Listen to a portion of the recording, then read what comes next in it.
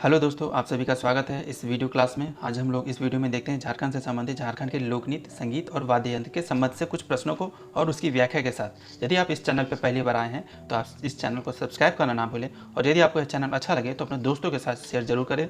यह आपके जीपीएससी और जेएसएससी के एग्जाम में काफ़ी महत्वपूर्ण होगा, और यदि आपको अच्छा लगे तो लाइक भी जरूर करें।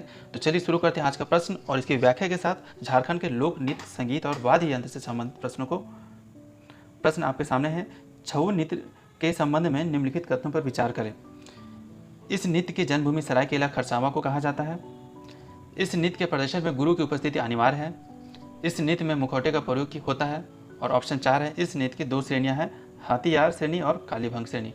तो आपको बताना है कि इनमें से कौन कौन सा कथन, उपरोक्त में से कौन सा कथन सत्य है। आपके सामने ऑप्शन है, ऑप्शन का 1 और 2 दोनों, 1, 2 और 4, 1, 2 और 3 या उपरोक्त सभी। तो इस चारों में से आपको यह ऑप्शन बताना है कि इनमें से कौन सा कथन सत्य है। तो चलिए देखते हैं। इस नृत्य की जन्मभूमि सरायकेला खरसावां को कहा जाता है, सही है। इस नृत्य के प्रदर्शन में गुरु की उपस्थिति अनिवार्य होती है, यह भी सही है। इस नृत्य में मुखौटे का प्रयोग होता है, यह भी सही है। छऊ नृत्य में इस नृत्य की 2 श्रेणियां, हाथीयार श्रेणी और कालीभंग श्रेणी, यानी ये भी सही है। तो हमारे सामने प्रश्न है, उपरोक्त में से कौन सा कथन सत्य है। इसका सही जवाब होगा ऑप्शन घ, उपरोक्त सभी। आइए इसका उत्तर देख लेते हैं, उपरोक्त सभी। इससे संबंधित इसकी व्याख्या देख लेते हैं। छऊ नृत्य ओजपूर्ण नृत्य शैली है, जिसमें पौराणिक एवं ऐतिहासिक कथाओं के मंचन के लिए पात्र तरह तरह के मुखौटे धारण करते हैं। यह पुरुष प्रधान नृत्य है। चलिए दूसरे प्रश्न को चलते हैं। छऊ नृत्य का प्रदर्शन विदेशों में पहली बार कब किया गया। ऑप्शन है 1938, 1939, 1940 या 1941। तो इसका सही जवाब होगा 1938। इसकी व्याख्या देख लेते हैं। छऊ नृत्य का विदेश में यानी यूरोप में सर्वप्रथम प्रदर्शन 1938 में सरायकेला के राजकुमार शुभेंदु नारायण सिंह ने करवाया था। इस नृत्य को 2010 में यूनेस्को ने हमारे विरासत नृत्य में शामिल कर लिया है। तीसरे प्रश्न को चलते हैं। राजकीय छऊ नृत्य कला केंद्र की स्थापना कहाँ की गई है। ऑप्शन है सरायकेला, खरसावां, सिल्ली या जमशेदपुर। तो इसका सही जवाब होगा सरायकेला। इसके संबंध इसकी व्याख्या देख लेते हैं। देखिए इसका उत्तर सरायकेला है।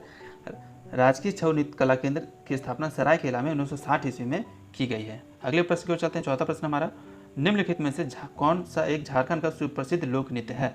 तमाशा, लौंडा नृत्य, पाइका या कटघोड़वा। तो इसका सही जवाब होगा पाइका। आइए संबंध इसकी व्याख्या देख लेते हैं। इसका सही जवाब है पाइका। पाइका नृत्य पुरुष प्रधान नृत्य है। यह मूलतः युद्ध नृत्य, सैन्य नृत्य है, जिसमें वीरता, साहस आदि का प्रदर्शन होता है। वीर रस को प्रदर्शित करता यह नृत्य झारखंड प्रदेश की विशेष पहचान बन गया है। रूस में हुए भारत महोत्सव में डॉक्टर रामदयाल मुंडा पाइका नृत्य की टीम लेके गए थे। रामदयाल मुंडा रूस में भारत महोत्सव जब हुआ था तो उसमें पाइका नृत्य की टीम को लेके गए थे, और जहां उन्होंने अच्छा प्रदर्शन किया था। अगले प्रश्न, पांचवें प्रश्न की ओर चलते हैं। निम्न में से कौन एक स्त्री प्रधान नृत्य है। ऑप्शन है छऊ, डोमकच, पाइका या कटघोड़वा। तो इसका सही जवाब होगा डोमकच। डोमकच महिला प्रधान नृत्य है ये। इसकी व्याख्या देख लेते हैं। डोमकच नृत्य झारखंड के लोकप्रिय नृत्य एक मूलतः स्त्री प्रधान नृत्य है, परंतु पुरुष भी इसमें सम्मिलित हो जाते हैं। डोमकच नृत्य में महिलाएं कतार में हाथ से हाथ जोड़कर कदमों की चाल से नृत्य करती हैं। इसमें महिला नर्तकों के 2 दल होते हैं। यह नृत्य प्रायः घर आंगन में किया जाता है। इसमें घर परिवार की स्त्रियां मिलकर नृत्य करती हैं। यह गीत रस से सरोबार कर देने वाला नृत्य है। छठे प्रश्न की ओर चलते हैं। छठा प्रश्न हमारा, किस लोक नाट्य के प्रदर्शन के दौरान मिट्टी के पात्र निर्मित किए जाते हैं। ऑप्शन है डोमकच, साम चेकवा, भोकली बंका या कीर्तनिया। इसका सही जवाब होगा साम चकेवा। साम चकेवा झारखंड का एक प्रमुख लोक नाट्य है।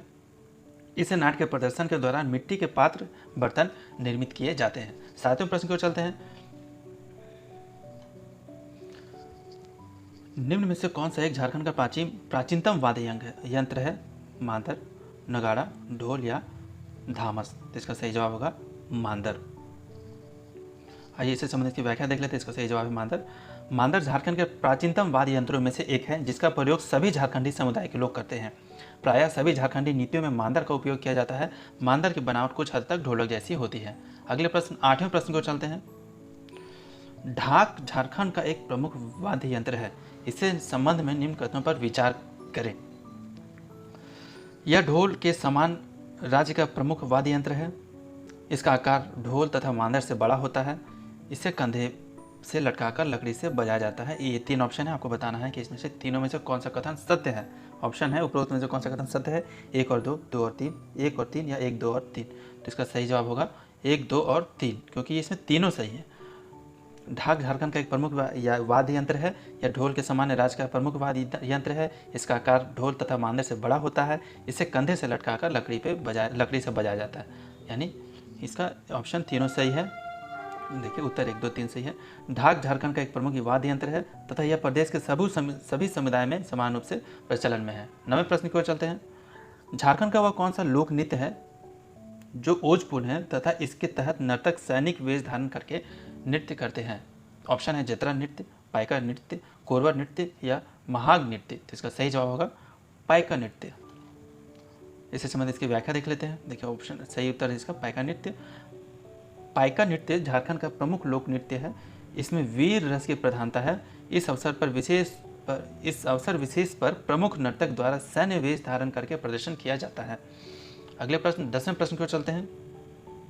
झारखंड के लोक नाट्यों का उनकी विशेषताओं के साथ मिलान करके सही उत्तर का चयन करें। ऑप्शन है आपके सामने लोक नाटक और उनकी विशेषता। साम चेकवा वैवाहिक जीवन का प्रदर्शन, भोकली बंका कृष्ण की लीलाओं का प्रदर्शन या कीर्तनिया भाई बहन का प्रदर्शन। तो इसमें आपको बताना है कि कौन सा सही है और मिलान करना है। तो साम चेकवा से मिलाना है कि कौन सा सही है। तो साम चेकवा जो है वो भाई बहन के प्रेम का प्रदर्शन करता है।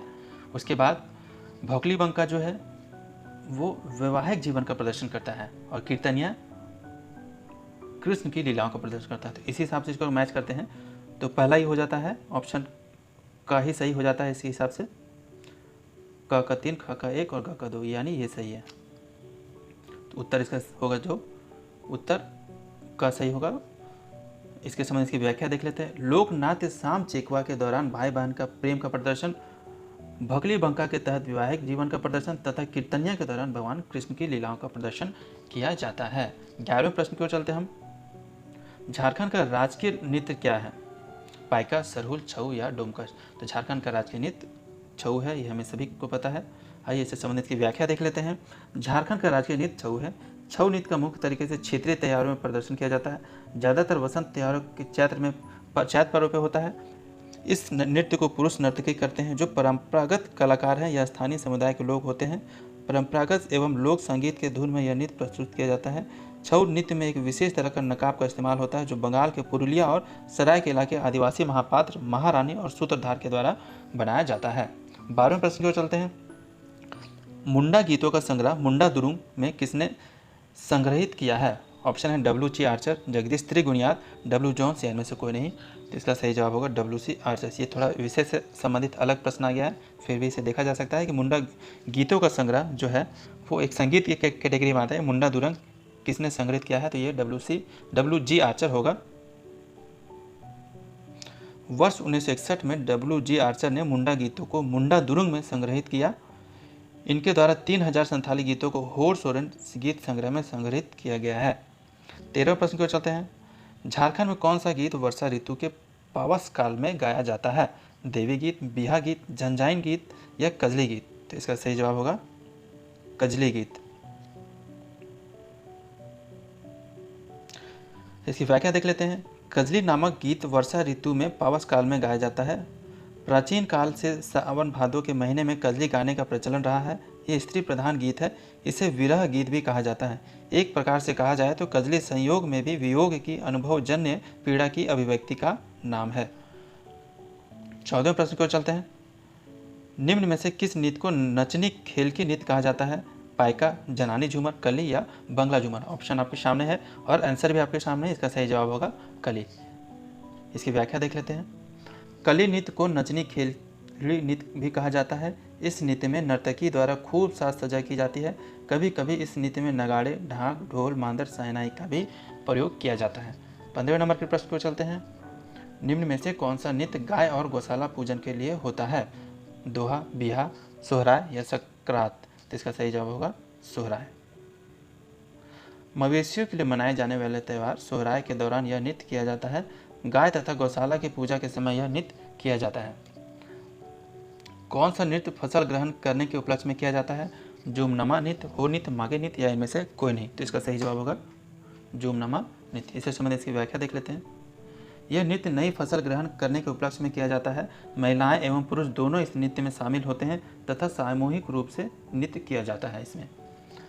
अगले प्रश्न की ओर चलते हैं। निम्न में से कौन सा नृत्य युवाओं द्वारा किया जाता है? डोयोर नृत्य, हो नृत्य, मागो नृत्य या इनमें से कोई नृत्य? इसका सही जवाब होगा डोयोर नृत्य। डोयोर नृत्य मुख्य रूप से युवाओं द्वारा किया जाता है। इसे हल्का नृत्य का दूसरा रूप भी कहा जाता है। किस नृत्य का मांदर के पलटी मारते ही हो होइल रे कहकर पद संचालन बदल जाता है? डोडोंग नृत्य, धुड़िया नृत्य, देशवाड़ी नृत्य या छेछाड़ी नृत्य? तो इसका सही जवाब होगा धुड़िया नृत्य। इसकी व्याख्या देख लेते हैं। धुड़िया नृत्य धूल उड़ाने वाले नृत्य के रूप में जाना जाता है। इस नृत्य में बायां हाथ सामने वाले के दाएं हाथ कंधे पर तथा दाहिना हाथ एक गति एक लय से झूलता है तथा यह क्रम बारी बारी से चलता है। इसके बाद और इसकी व्याख्या है। इस नृत्य में दो दल होते हैं। एक दल गीत उठाता है और नाचना शुरू करता है। वृत्ताकार रूप में घूमते नाचते गीत की अंतिम कड़ी पर मांदर की ताल संकेत देती है। मांदर के पलटी मारते ही हो होइल रे कहकर पद संचालन बदल जाता है। अगले प्रश्न 19वें नंबर के प्रश्न की ओर चलते हैं। कौन सा वाद्य यंत्र गुपी यंत्र नाम से जाना जाता है? बांसुरी, सारंगी, एकतारा या शहनाई? तो इसका सही जवाब होगा एकतारा।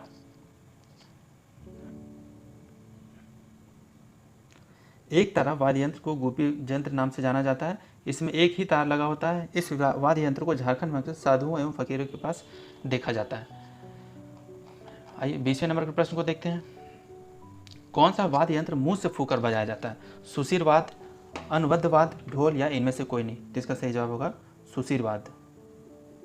सुशीरवाद यंत्र मुंह से फूंकर बजाया जाता है।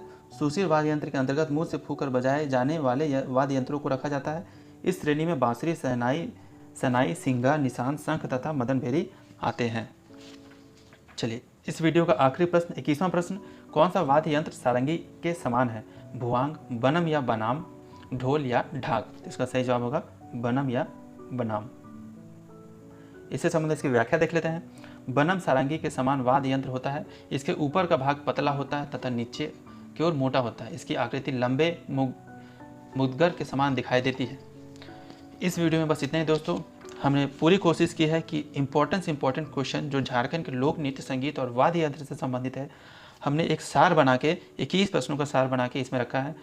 अब आपके सामने जीपीएससी और जेएसएससी का कोई भी एग्ज़ाम आ जाए तो आप इस विषय से संबंधित कोई भी प्रश्न होगा तो आप इसको आसानी से हल कर सकते हैं। और अगर कोई दूसरा प्रश्न आ जाता है इससे संबंधित ना हो तो आप प्रश्नों के उत्तर को एलिमिनेट करके आप उसका सही जवाब दे सकते हैं। और इन्हीं प्रश्नों में से घुमा के कुछ प्रश्नों को दिया जा सकता है, परंतु इससे बाहर कुछ नहीं दिया जाएगा। आप देखते रहिए, आगे भी वीडियो देखते रहिए। हमारे चैनल पे ढेर सारे वीडियो आपको मिलेंगे। तब तक के लिए धन्यवाद। जोहार दोस्तों।